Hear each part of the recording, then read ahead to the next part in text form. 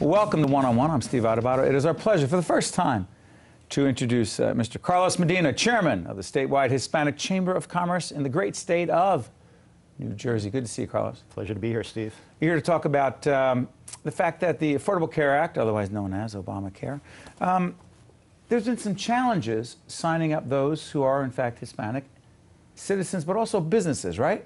Yes. Because? Part of it is a language barrier and a fear of knowledge of the program, kind of a big brother fear. What are they doing? What does it mean? They being the feds? Yeah, the feds, big government. So we have partnered with an organization called Small Business Majority. We've been doing webinars, we've been doing on-site workshops just to try to educate people. In Spanish or English? Both. We make sure we do them both in Spanish and English. Okay, so let's talk about businesses that happen to be, because by the way, your organization, describe it before we talk about the businesses. Sure, founded in 1989. We're the voice of the 70,000 Hispanic-owned businesses in New Jersey. They contribute $10 billion annually to the New Jersey economy. Okay, so small businesses. Small business, they have all kinds of challenges just by the nature of being a small business.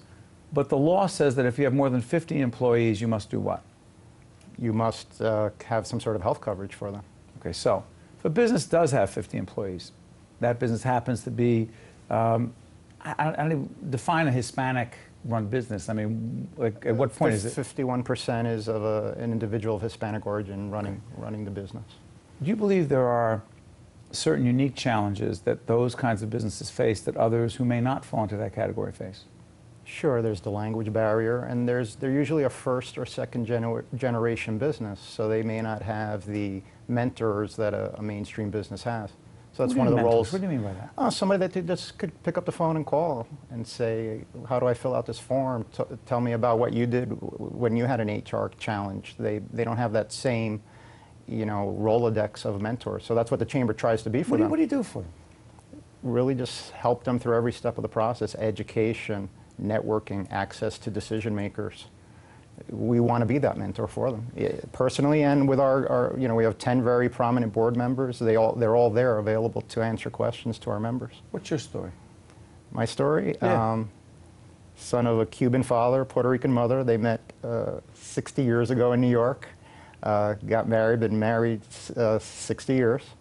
Have a small business engineering firm, and I do this because I love it as a volunteer. I'm not compensated in my role as chairman. Correct. But how'd you get connected to the Chamber, though? Daniel Hara recruited me about 8 years ago. Excuse me? Who was that who recruited you? Our founder, Daniel Hara, very prominent individual who deceased about 2 years ago. Right. So when he became ill and ultimately passed, it was almost like everybody stepped back, and I was the one remaining person willing to take on the challenge. I enjoy it. I'm passionate about it every day. Just so many good stories, positive stories. You hear a lot, the press, you hear a lot of the negative stories. I love hearing all the positive stories of the Hispanic businesses in the state. What's the market like? What is the potential, what is the market, what is the potential market for Hispanic business in the state of New Jersey and in the region? It's strong in New Jersey and the region. They're starting at a higher pace, probably 2-3 times the pace of general businesses are started by Hispanics, and even greater by Latinos. That's about 8 times. Talk about that. A lot of them come to this country, or they're overeducated and underemployed. So it's, do I work at a store for $10 an hour, or do I just put up my shingle and take a risk and do what I love? And those are the stories that really empower all the membership, is hearing those success stories.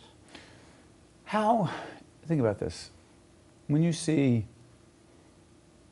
women and men who happen to be Hispanic, Latino, Latina, who have accomplished great things, not just professionally in their field, but have become brands, who have become entrepreneurs. How inspiring are they and motivating are they to others who may not ever reach that level of a J-Lo, if you will? Sure. But, I mean, you don't always have to work for someone else. Correct. It's very important, and we have an annual award luncheon, and that's where we feature 5 to 7 of those type of individuals. LaGoya is always a proud member, and we always highlight them.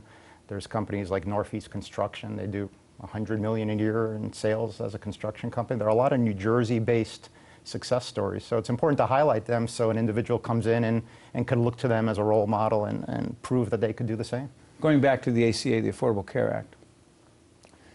And by the way, we're putting up the website, not just your website for the Chamber, but also the Affordable Care Act. Let's put up healthcare.gov. Healthcare.gov remains the official website, if you will. There are different enrollment periods, but you can always go to that website, folks, everyone watching on the public television audience and on file. So you can go to that website at any time to get information. Is it in Spanish? You go to the website, right? And you want to get engaged and language is an issue. What do you do? My recommendation, and I know Sure. they are a sponsor, but is to go to Horizon's website. Go to 'cause Horizon's they have a lot website. of information. It's bilingual, and then they could, from there, go to the portal. But it Folks, gives a lot of good go information. Finally, advice to those who say, before I let you out of here, Carlos, it's just so overwhelming, and maybe I don't really have to do this, and I could avoid this whole healthcare thing, you say? I tell them it's a good thing. It's going to make you more competitive in attracting good talent. So do it, and if you need to come to a workshop, pick up the phone, call us. We'll walk them through the process. It's worth it. It is. Payoff is? Better health, better health care for everybody, lower cost for everybody, so it's good for business and it's good for individuals. It's good for people. Keep doing what you're doing. Carlos Medina is the chairman of the statewide Hispanic Chamber of Commerce in New Jersey. I want to thank you for joining us. Great. Don't let Thank it you be the for last having me. time. Appreciate it. Stay right there. One-on-one will continue right after this.